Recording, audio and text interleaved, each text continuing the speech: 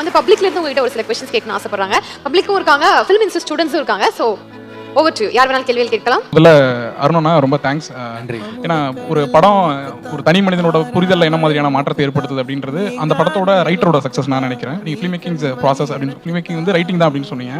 ஒரு விக்டிமோட எமோஷனல் நீட்ஸை புரிஞ்சிக்கணும்னு எனக்கு அந்த படம் பார்த்து தான் தெரிஞ்சுது. அதுக்கு முன்னாடி இந்த மாதிரி நியூஸ் படிக்கும்போது அவனை போட்டு பொழக்கணும் கொள்ளணும் அதுதான் தோணும். ஸோ அந்த விக்டிம்ஸ்க்கு வந்து இப்படி ஒரு எமோஷனல் லீட் இருக்கும் போல நம்ம பக்கத்தில் உட்காந்து பேசணும் கை பிடிக்கணும் அதெல்லாம் எனக்கு தெரியாது. ஸோ ரொம்ப தேங்க்ஸ். அண்ட் எனக்கு ஒரு டவுட் என்னன்னா அந்த படத்தில் ஒரு 2 ஷாட் இருக்குது. ஃபர்ஸ்ட் வந்து சித்தார்த் சார் வந்து அவங்க வீட்டில் வச்சிருப்பாங்க, அந்த தப்பா புரிஞ்சுக்கிட்டு வச்சிருப்பாங்க. அப்போ அவங்க போகிறதுக்கு முன்னாடி ஒரு செருப்பு ஷாட் வச்சிருப்பீங்க.